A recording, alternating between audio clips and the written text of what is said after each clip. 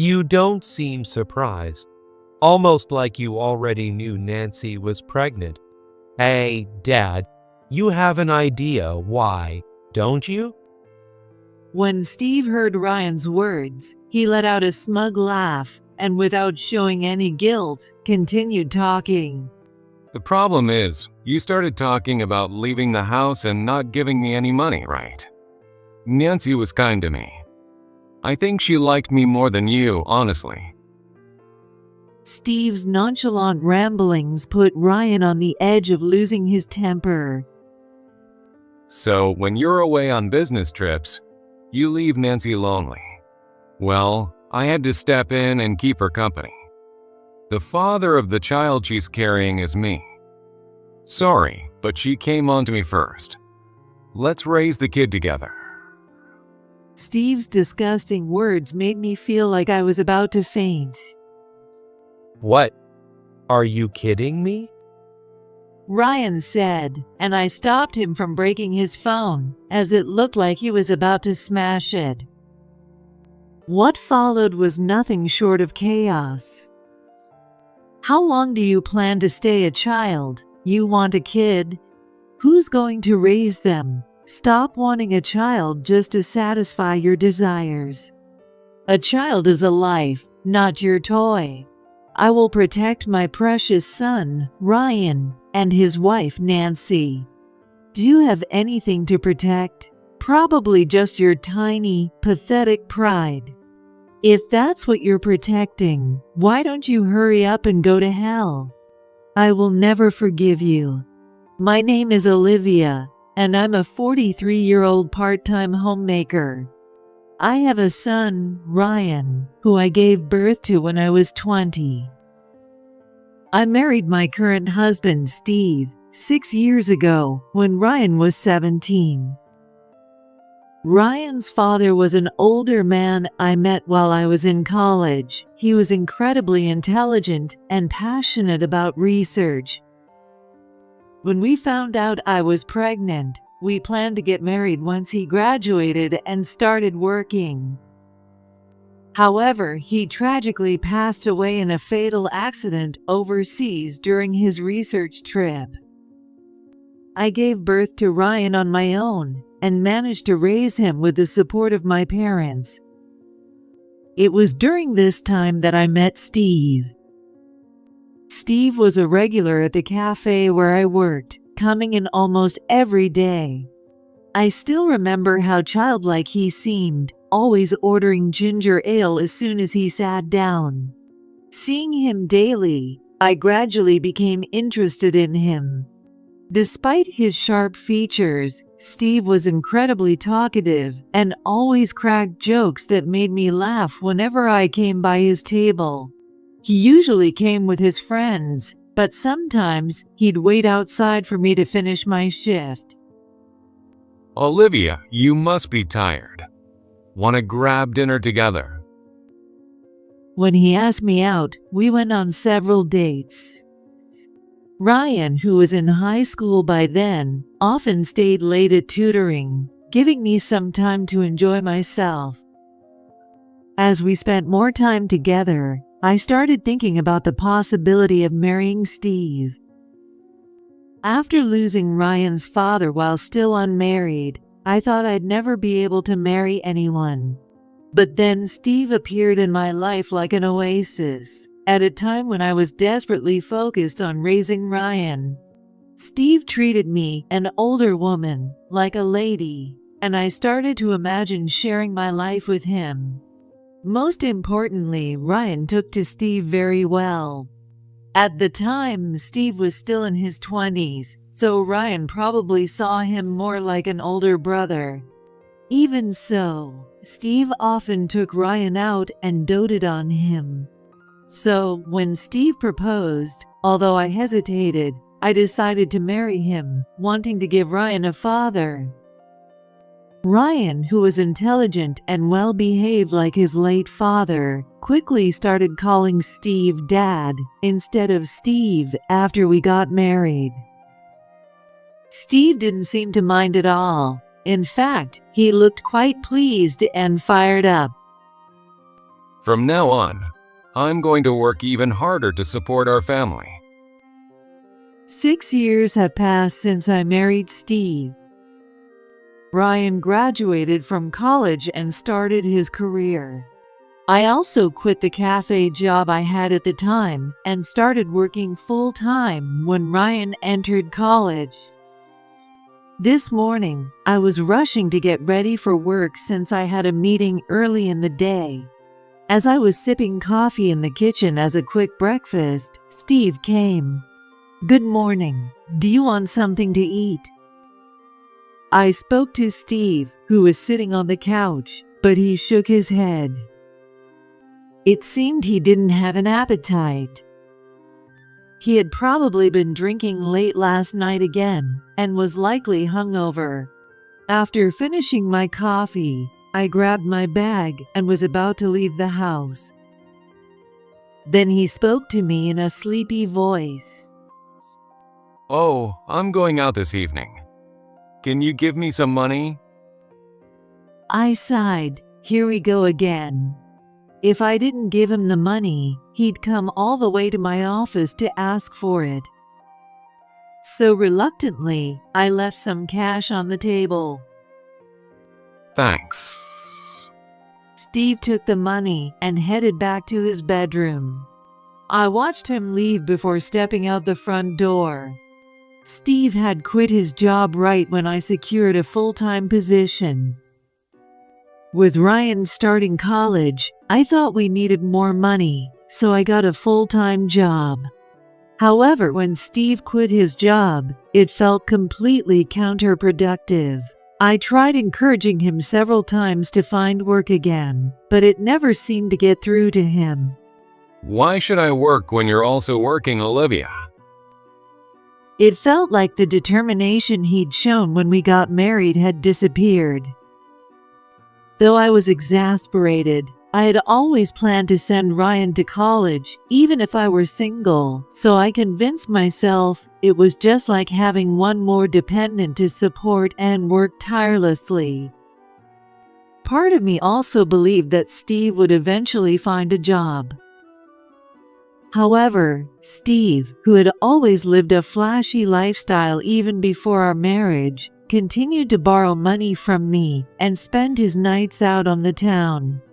I didn't want Ryan, who was diligently focused on his studies, to worry, so I kept Steve's unemployment a secret for a while.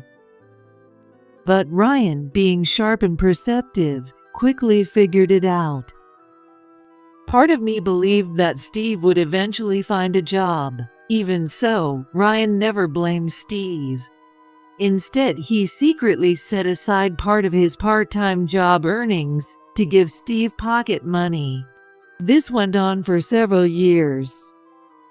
Steve showed no signs of starting work anytime soon and just kept asking me for money like he did this morning.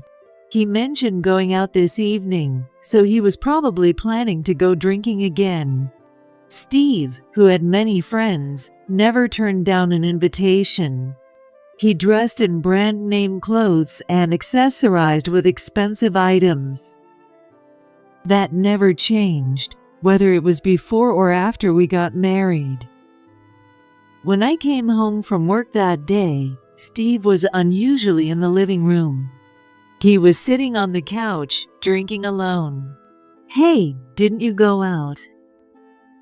The guy I was supposed to drink with said something came up. Apparently, his kid got sick. I could have invited someone else, but hearing about a kid kind of killed my vibe, so I decided not to go. He said that and sulkily downed his glass of alcohol in one gulp. That's too bad. I wonder if the person he was supposed to meet was a woman since they mentioned a kid. With that thought lingering, I just said a few words and headed to the kitchen. Steve placed his glass down and let out a big sigh. Guess it's no surprise. You can't really expect kids with a woman over 40. I reacted to his words. Guys around my age all have kids. Man, I'd love to try raising a child too. I really want a child of my own. Why can't we have kids? Steve spoke as if talking to himself, but loud enough for me to hear. Ryan used to be cute, but now he's 23. He got a job at some fancy company and acts all cocky. He's lost all his charm. Sometimes he even looks at me like I'm trash or something. Honestly, I can't stand him. When we got married, Steve had wanted kids of his own, and I was determined to fulfill his wish. Since I was approaching 40 at the time, I started fertility treatments and paid close attention to my daily habits. But even after 6 years of our marriage, we hadn't been blessed with a child. Steve sometimes made remarks like this when he was drunk, blaming me in a way. He had no idea how much those words cast a shadow over my heart each time. Mom, do you have a minute? Oh, where's Dad? One day when Ryan came home from work, he called me into the living room. Still in his suit, he looked sharp with his glasses on. Looking at him like this, he reminded me so much of his late father. He's out drinking again. He should be back soon, though. It was already past 11 p.m. If Steve didn't come home by this time, he'd likely stay out until morning. Lately, Steve has been coming and going from home inconsistently. He still hasn't started working and seems to go out into the nightlife almost every night. Mom, are you okay? No matter what happens, I'm always on your side. Ryan smiled warmly as he spoke, just like he always had. He has always been a reassuring presence, someone who protects me. And I've made a firm decision to protect Ryan, no matter what happens. At that moment, I heard the front door open. From the hallway came the sound of unsteady footsteps, and then the living room door opened. Oh, it's Ryan. Hey, don't just work all the time. Have a drink or something. You're so boring. Steve seemed to be in a good mood today. Occasionally, when Steve ran into Ryan in the living room, it led to arguments. He would always accuse Ryan of looking down on him, projecting his insecurities. Even though he had quit his job himself, he seemed to feel inferior to Ryan, who had landed a successful career. Hi, Dad. Can I talk to you for a moment? Ryan said, seating Steve on the couch. I sat down beside him. Ryan, with a serious expression, sat on a stool across the table and looked at us. Dad, Mom, I've decided to move out. I'm planning to get married. Ryan's sudden announcement left me unable to hide my surprise. Of course, it was a happy kind of surprise. Steve seemed at a loss for words as well. Really? Congratulations. Are you planning a wedding? I eagerly asked Ryan. Well, we're thinking of registering the marriage first, and then having a ceremony once my work settles down. Ryan answered, looking a bit embarrassed. I had met Ryan's girlfriend a few times before. She had a graceful presence and was a wonderful, independent young woman. As I felt my heart swell with joy, Steve's face grew more serious. Are you really moving out? What about me? You're still going to give me money like before, right? I was shocked by Steve's response. I couldn't believe he was only worried about himself at a time like this. And I had no idea Ryan had been giving Steve money. Dad, when I get married, I'll be leaving this house. I'll have my own family, so I can't keep giving you money like I used to. If you need money, You should get a job. You're only 35, Dad. There are plenty of jobs out there. Ryan said what I'd always wanted to, but couldn't bring myself to say. I was sure he knew this would infuriate Steve, yet he still chose to speak up. As expected, Steve exploded in anger. There you go again, looking down on me. I don't care about your marriage or whatever. You're not moving out, and you're going to keep giving me money like before. Steve yelled and started throwing a tantrum. Since he had been drinking, he fell asleep soon after his outburst. Ryan carried Steve to the bedroom and then came back to the living room. What a troublesome dad. He said with a smile toward me. Ryan, congratulations on your engagement, I said to him once again. Despite Steve's strong opposition to Ryan's marriage, he seemed to have had a change of heart. Over the weekend, Ryan brought his partner, Nancy, to our house. I had met her a few times before, but she appeared even more mature and carried an even more graceful aura than before. My name is Nancy. It's a pleasure to meet you. Her manners were impeccable. Her makeup was modest, yet her skin was flawless, her hair shiny, and she was undeniably beautiful. Steve, who usually lounged around the house in sweats, darted to his room the moment he saw Nancy. He dressed to the nines, complete with a styled haircut, as if he were heading out for a night on the town. Though Nancy seemed quiet at first, she was full of conversation, and we never ran out of things to talk about. Steve was clearly very taken with her. Even after Nancy left, he asked Ryan to bring her over again soon. I was relieved to see that Ryan's marriage seemed to be progressing smoothly. After that, Ryan brought Nancy over a few more times. Each time, Steve was in high spirits, warmly welcoming her, and sometimes even suggesting she stay overnight. I kept a close watch on Steve. One time, I noticed him subtly touching Nancy when Ryan wasn't looking, taking advantage of his drunken state. While I understood he liked Nancy, such persistent physical contact with his son's partner was completely inappropriate. Nancy, while visibly uncomfortable, handled Steve skillfully. When I couldn't bear to watch any longer, I would step in and sit firmly between them. Get out of here, old lady. Each time, Steve would yell at me, but I didn't care about his outbursts as long as I was protecting Nancy, Ryan's important partner. Not long after, on Nancy's 23rd birthday, the two officially registered their marriage.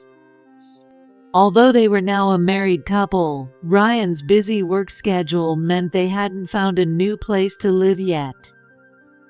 For the time being, they planned to live primarily at Nancy's apartment. While I felt a little sad about Ryan moving out, I wholeheartedly celebrated their new beginning. I'll visit often. Oh, and I have a 2-week business trip coming up for training. During that time, Nancy will come by to pick up some of my stuff. Is that okay? Nancy's apartment wasn't too far from ours, it seemed. I readily agreed to Ryan's request. However, I had a small concern, so I made a suggestion to Ryan. He readily agreed with a smile. Thanks, Mom. That simple expression of gratitude from Ryan warmed my heart. If anyone should be grateful, it's me, because I've made it my mission to protect Ryan and his wife, no matter what. 3 months had passed since Ryan and Nancy registered their marriage. At first, they frequently visited us, but lately, they hardly ever came by. Hey, isn't Ryan or Nancy coming over? If Ryan's busy, just invite Nancy. Steve said that and tried to get Nancy to come over to the house. If she doesn't come, I'll go to their place myself. Sometimes, he even said that and tried to barge into Ryan and Nancy's home. I had to step in and stop him from doing so. Then, Steve made a cryptic remark. Well, I think Nancy will end up living here eventually. Even so, when I told him it was inappropriate to meddle too much in a newlywed couple's life, even if it's his son, Steve reluctantly agreed. Knowing he couldn't see Nancy, Steve began going out to the nightlife even more frequently. He still wouldn't work, kept asking for money, and now seemed intent on disrupting Ryan's married life. I found myself wondering why I was even staying with Steve anymore. At first, I liked Steve for his sharp features, his smooth talking, and his kind demeanor. He got along well with Ryan and even said he would work hard for the family. But over time, he had quit his job, continued partying, and become completely unreliable. Even his ginger ale had been replaced by whiskey. The child Steve wanted was one I couldn't give him. Now that Ryan had become independent, I found myself wondering if there was any reason to stay with Steve. Sitting alone in the empty living room, I began to think about the future. Just then, our doorbell rang. It was almost midnight. Thinking Steve had come home, I unlocked the door without checking the monitor. Shortly after, the doorbell at the entrance rang. It was Ryan who had arrived. Mom, I'm sorry for showing up so late. Is Dad home? Ryan's face looked unusually tense, almost frightening. When I told him Steve wasn't home yet, Ryan frowned and clicked his tongue. It was the first time I'd seen him behave like this. Did something happen?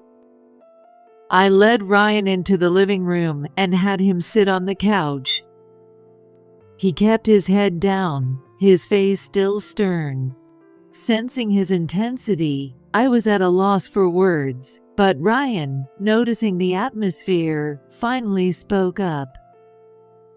Mom, I know this might be hard to hear, but I need you to be prepared. Nancy is pregnant. Even though he told me to prepare myself, I couldn't help but cry out in joy. Pregnant! Congratulations! That's wonderful!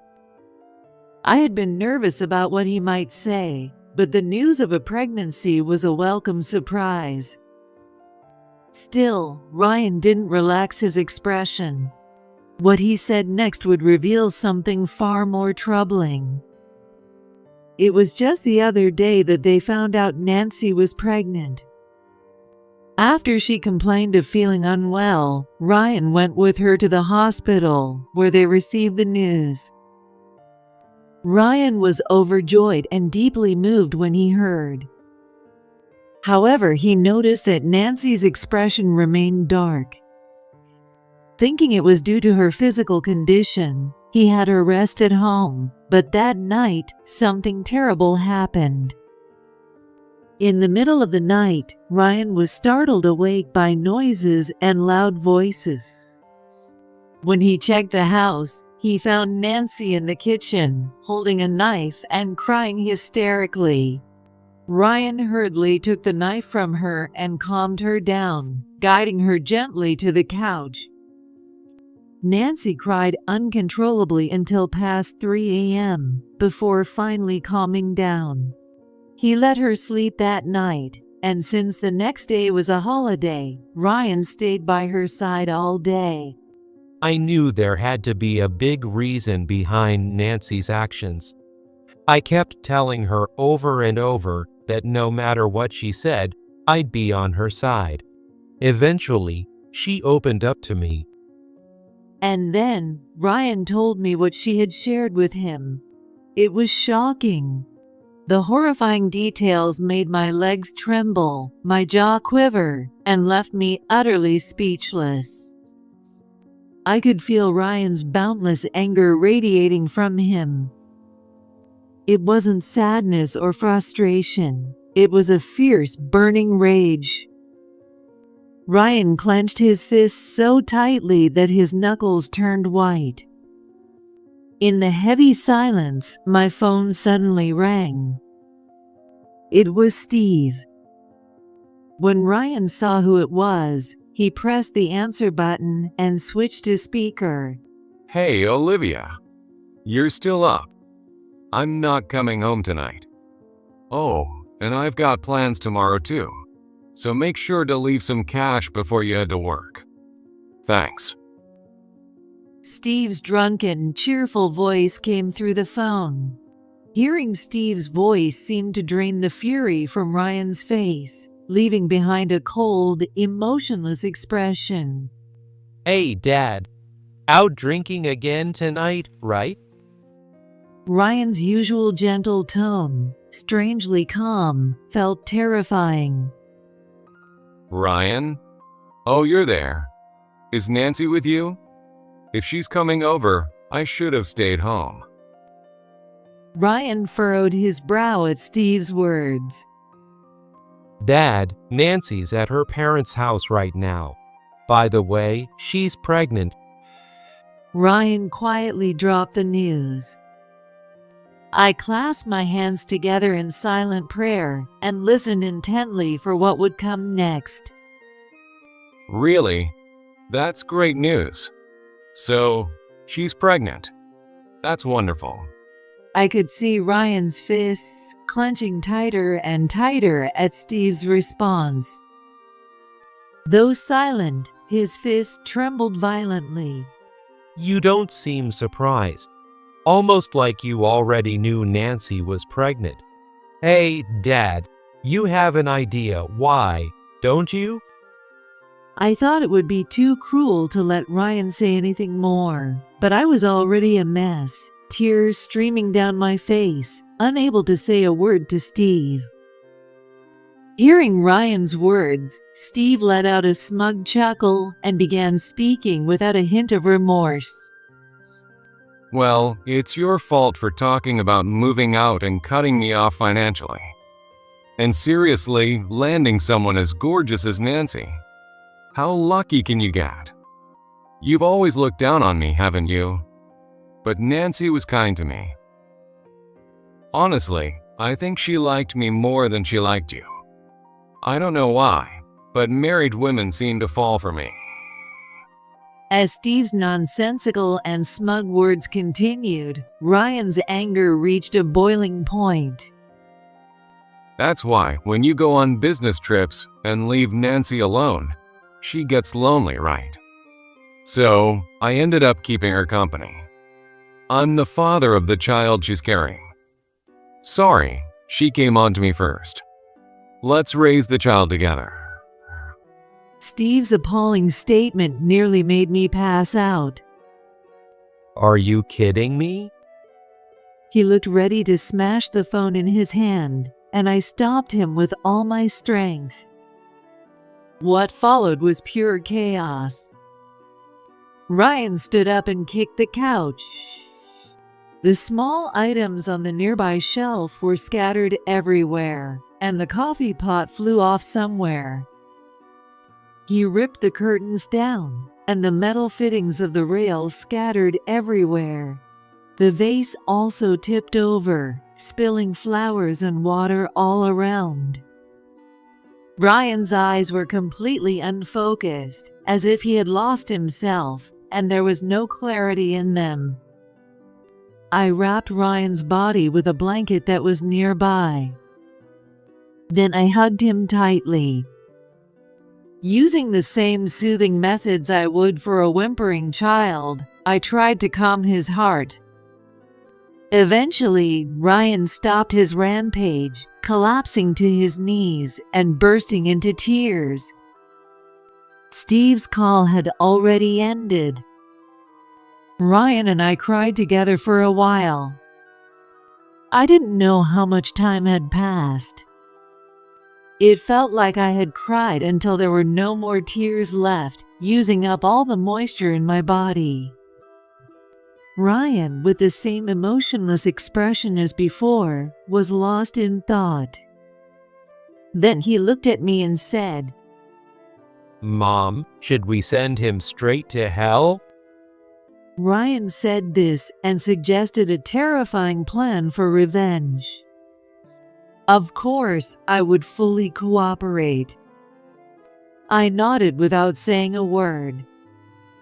Steve, wasting time every day, not working, but only asking for money.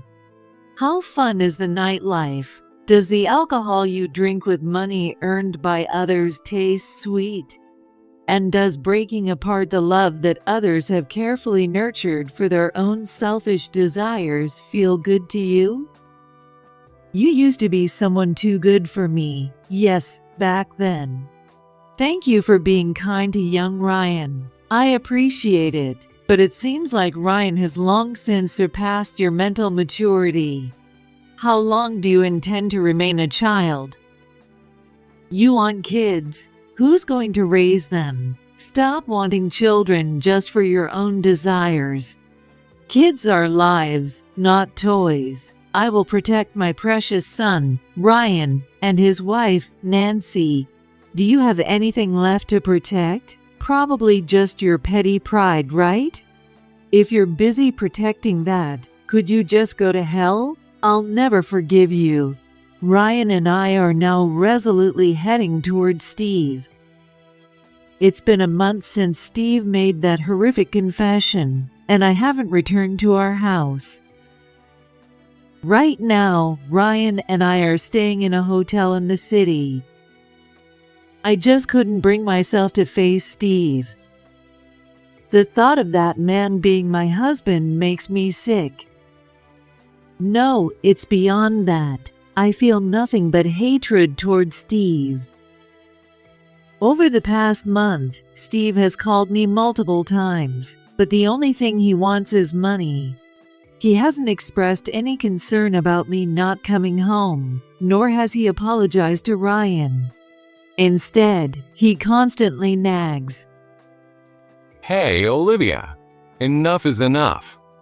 I can't go drinking because you haven't given me any money. It got so loud that, just once, I transferred Steve an amount of money that anyone leading a normal life would be perfectly fine with for about a month. But Steve spent it all in one night. I considered that my responsibility fulfilled and have since ignored any further calls from Steve. Steve is the kind of person who would barge into my workplace if it meant getting money. I couldn't allow him to cause trouble at work, so I explained the situation and resigned. We're living in a hotel now to avoid Steve from coming to our home. Nancy decided to take some time off and stay at her parents' place for a while. For the past month, Ryan and I have been fighting tirelessly to protect what's precious to us. We can't keep crying anymore. There are things we must do to move forward. With the information we've gathered over the past month, Ryan and I have come to face Steve. Today, I told Steve I was coming home, so he'll likely be quietly waiting at the house. He probably thinks he'll get money. As long as Steve can get money, he'll adjust to whatever the situation is. He's a true money-hungry person. I pressed the intercom. It's strange to press the intercom to my own house. But right now, I don't even want to think of this house where Steve lives as mine. I'm sure Ryan feels the same way. When we first got married, I was grateful that Steve accepted both Ryan and me. That's why, even when Steve quit his job and just played around, I thought I should give back the kindness he had shown by serving him. But 6 years have passed, and the grace period is over. And now, Steve has committed a grave mistake. We will never forgive him. I heard the sound of the door being unlocked, so Ryan and I entered the monster's lair. In the living room, Steve was sitting on the couch in his usual going out style. I'm heading out, so make it quick if you want to talk. And hey, don't forget the money. While putting a flashy watch on his left wrist, Steve said this with a tune humming under his breath. I could tell he was probably going on a date with a woman, but I felt no jealousy at all. Maybe I'm a strange wife for not feeling that. Ryan remained surprisingly calm when facing Steve, and I was relieved. Before we came here, I had checked Ryan to make sure he wasn't carrying anything dangerous. He told me I was being overly cautious, but the anger Ryan displayed back then was so intense it couldn't be described in words. I thought it was not impossible that Ryan might do something rash when meeting Steve today. Ryan spoke to Steve in a calm voice. Dad, don't you have anything to say to me? Steve thought for a moment before responding. Oh, $1,500 a month will be fine. It's a little tight, but if I get that much pocket money, I can make do. Olivia will pay the rent, and Nancy will do the housework, right? I'll appoint you as my pocket money provider. I was speechless, unable to close my mouth, as Steve said something I couldn't tell if he was serious or joking. Ryan glared at Steve with an icy expression. I'm amazed. After what you did to Nancy, you don't even have a word of apology? Of course, even if you apologized, I wouldn't forgive you. But I wanted to see a little bit of sincerity from you. Ryan said this in a quiet tone, and Steve reacted as if it was nothing. Why should I apologize? It was your fault for being away on business trips, wasn't it? Nancy came to pick up your stuff, and she complained to me. She said you were boring because you were always working. And she was lonely because you were away on a 2-week business trip. I've told you before, Nancy came on to me first. I just kept her company because she was lonely.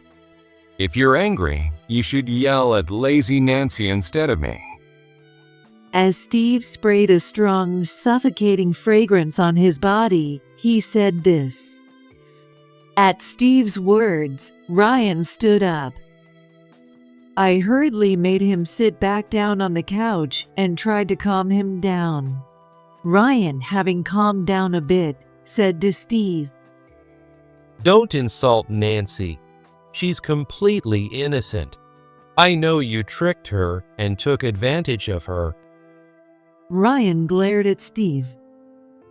Steve, with a calm expression, responded, Tricked her. That sounds bad. If you're going that far, show me the proof. But you don't have any, right? Steve showed a smug expression. He probably had some kind of confidence in this.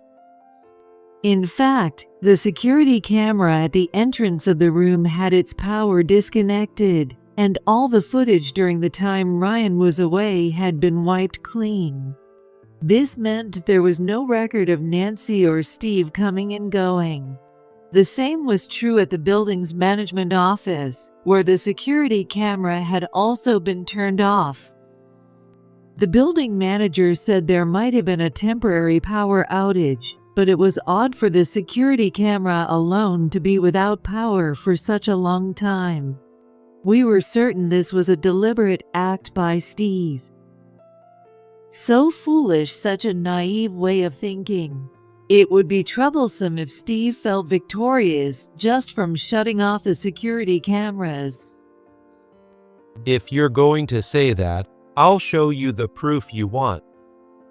Ryan stared directly at Steve's face and launched an app on his smartphone. It was an app for playing audio recordings. This app allowed audio recorded on devices like voice recorders to be transferred to and used on the phone. Ryan, with determination, pressed play. The audio started with a conversation between Nancy and Steve when Nancy came to pick up her things from Steve's house. At that point, the recording ended with Steve saying, "See you," and it was clear Nancy had left the house. But the real issue came afterward. There was the sound of a door slamming shut. It was likely when Nancy returned home. Immediately after that, another loud slam was heard. From Nancy's scream, it was apparent someone had opened the door. What's wrong? How did you find this place? Did you follow me? Nancy's frightened voice could be heard. Don't make it sound like I was following you. I came because I forgot to tell you something. Did you know? Ryan actually has a huge debt. I've been covering it for him, but he hasn't paid me back at all. Can't you talk to him and do something about it?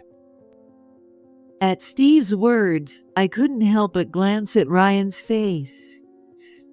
Ryan shook his head, looking dismayed. Debt? I don't know anything about that. Nancy's voice trembled. Steve twisted his face as he listened to the recording. I really need to get that money back soon. If Ryan can't pay it back with money, I'll need you to help me out. Ryan stopped the playback at that point. I also checked, but after that, the audio was unbearable to listen to. It was Steve threatening Nancy to pay him back, and if she couldn't, he was coercing her to pay with her body. Of course, the fact that Ryan had any debt was a complete lie. This was a baseless lie from Steve. I gave Nancy a voice recorder because I was worried something might happen while I was on my business trip. I told her to start recording as soon as she woke up and keep it in her pocket. It was the right call. Sure enough, you did something horrible to Nancy. This was something I had advised Ryan about before. I had shared my concerns with Ryan about Steve's behavior toward Nancy. As a precaution, Ryan must have had Nancy carry the voice recorder. That's not enough proof. You know you can even manipulate the audio now, right? You can easily fake that kind of sound. Without video, it's useless as evidence. Steve was clearly shaken, but he still had enough energy to argue. Ryan sighed and continued. Sorry, but there is video. While I was on my business trip, Nancy sent me daily video messages. They were pretty long, so I recorded them on my computer. She was working on her computer before she went to pick up her things that day. Then, you barged into Nancy's house. Guess what? It was all clearly recorded. The computer's built-in camera captured everything that happened in the room. As Ryan said this, tears started flowing from his eyes. It must have been difficult for Ryan to review such painful footage of Nancy. But despite this, Ryan fought to protect Nancy and prove her innocence. This is no joke. What the hell? Delete that video and audio right now. What are you trying to do? Blackmail me? What's your goal here? It's your fault you're not giving us any money. What's the problem? It's a good thing. A new family member is coming. Shouldn't you be happy about that? Steve's selfish words made Ryan slam his fist onto the table. Blackmail? You're the one who tricked and blackmailed Nancy. You took advantage of her while I wasn't around, and that's nothing but cowardly and despicable. It's the lowest, most horrible act possible. Ryan's intense anger was enough to make even Steve flinch. I'm suing you for damages. Steve reacted strongly to that. What are you talking about? There's no way I can pay you damages. Steve countered with a half smile. At this point, his defiance no longer stirred any emotions in me.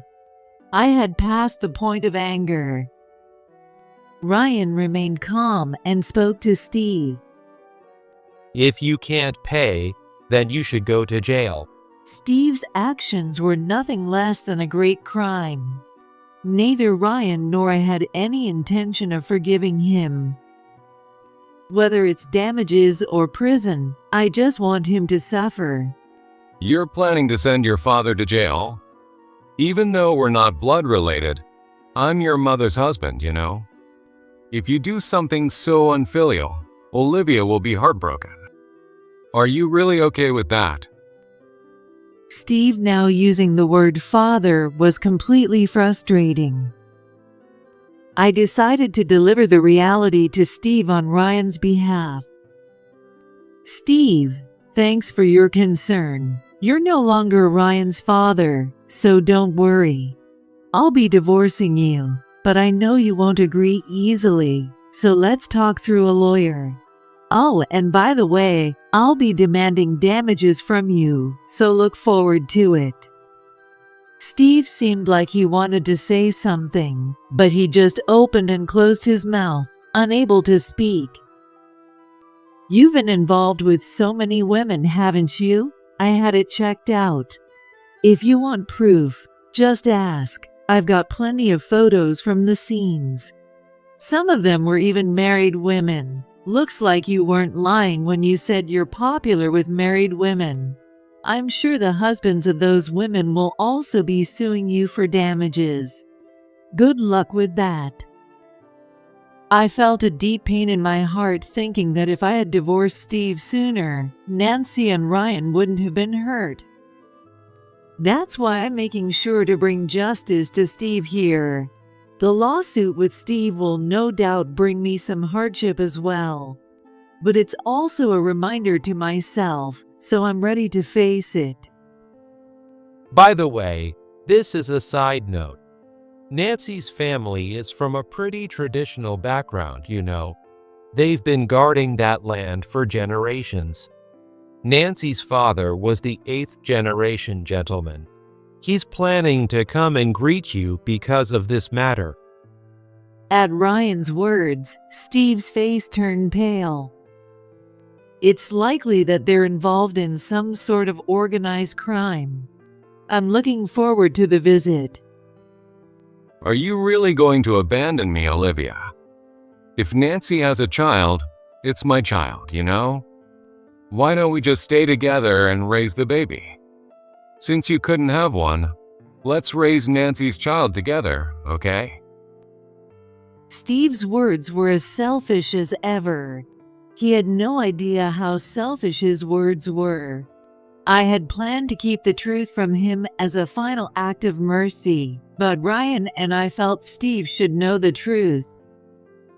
Ryan, after exchanging a glance with me, nodded and spoke to Steve in a calm voice. Sorry, but the child in Nancy's womb is not yours. It's mine. We had the weeks checked and calculated at the hospital. And considering everything, it's my child. Ryan's quiet yet powerful words left Steve unable to respond. I added my own comment. I didn't tell you before, but remember when we did fertility treatments together? You probably had a lot of tests, and the cause of the infertility was actually your male infertility. You had no viable cells, that's the truth. Steve's face filled with the greatest despair I'd seen all day. He had no money, he was losing his family, and now he was on the verge of losing his dignity as a man. The tiny pride Steve had protected was blown away in an instant. Tears started to fall from Steve's eyes as he crumpled to his knees. I felt no sympathy. I don't know what will happen to Steve from now on. But since we are no longer married, it's none of my concern. It's the consequences of his own actions. He should have stuck with his ginger ale and not bothered with alcohol. Now I'm living near Ryan and Nancy's new place. I don't go in and out frequently, as that would be inappropriate, but I enter and leave as needed. My main role is to help Nancy, who is pregnant, but she has been actively engaging in housework and exercise without being lazy, even during her pregnancy.